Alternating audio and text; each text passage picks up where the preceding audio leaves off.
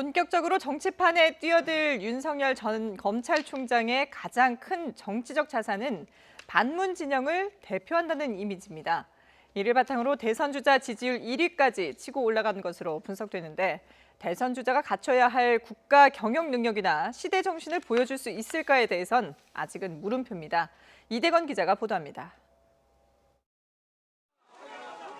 검찰 수사권을 지키기 위해 100번이라도 직을 걸겠다.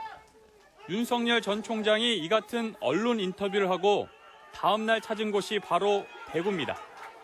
공교롭게도 국민의힘의 정치적 기반이기도 한데 2014년 박근혜 정부 당시 국정원 댓글 사건 수사로 자천당하고 2년간 있었던 곳입니다. 저를 또 따뜻하게 품어줬던 이 고장입니다. 그래서 떠나고 5년 만에 왔더니 정말 이 감회가 특별하고 고향에 온 것 같은 그런 느낌입니다.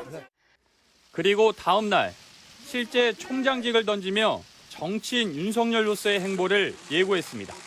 앞으로도 제가 어떤 위치에 있든지 자유민주주의와 국민을 보호하는 데 온 힘을 다하겠습니다.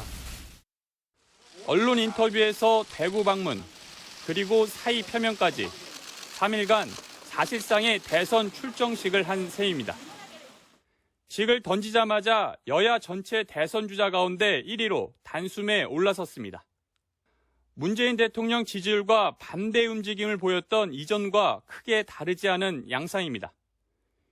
윤 전 총장은 1년 반 동안 조국을 시작으로 추미애, 민주당, 그리고 문 대통령으로 대립 구도를 확대했는데 이 기간에 반문 진영 상징 이미지가 자연스럽게 쌓였기 때문입니다. 그런데 대선 주자로서는 아직 부족합니다. 대선 주자라면 기본적으로 갖춰야 할 국가 경영 능력은 물론이고 촛불 정신을 경험한 대다수 국민을 끌어안을 만한 시대 정신이 아직은 안 보입니다. 윤 전 총장이 여러 차례 강조한 자유민주주의는 검찰 조직 특유의 법치주의에 기반한 것으로 이미 국민은 그것을 당연한 것으로 생각한 지 오래입니다. 코로나19 위기 해결 이후 한국 사회가 나갈 방향과 관련된 분배와 공정 등 시대적 가치를 당장 기대하기에는 무리라는 의미입니다.